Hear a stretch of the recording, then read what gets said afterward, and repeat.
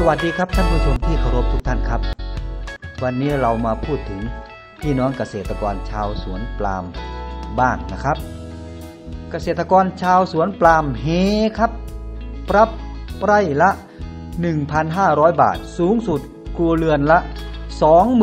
22,500 บาทครับรายละเอียดกันครับในช่วงที่ผ่านมาเกษตรกรชาวสวนปาล์มได้รับความลำบากมากครับเนื่องจากราคาปาล์มน้ำมันมีราคาตกต่ำมากนะครับล่าสุดนะครับรัฐบาลก็ช่วยเหลือแล้วนะครับโดยจะช่วยเหลือไร่ละ 1,500 บาทรายละไม่เกิน15ไร่รับสูงสุดครัวเรือนละ 22,500 บาทครับโดยเกษตรกรที่จะได้รับการช่วยเหลือจะต้องมีคุณสมบัติดังต่อไปนี้นะครับ 1. เป็นคนไทยนะครับถือสัญชาติไทยและ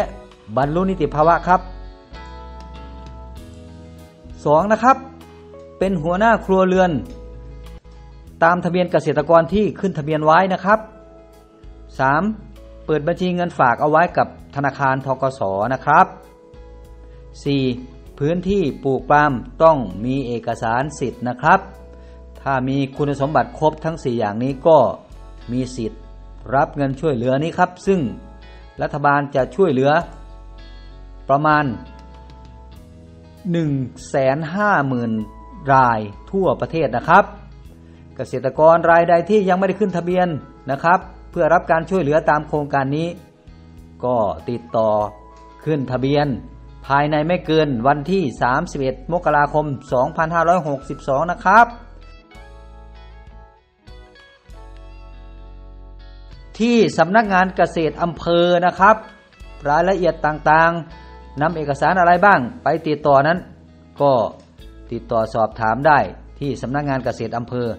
ในอำเภอของท่านเลยนะครับสำหรับคลิปนี้ก็นำเสนอไว้เพียงเท่านี้ครับสวัสดีครับ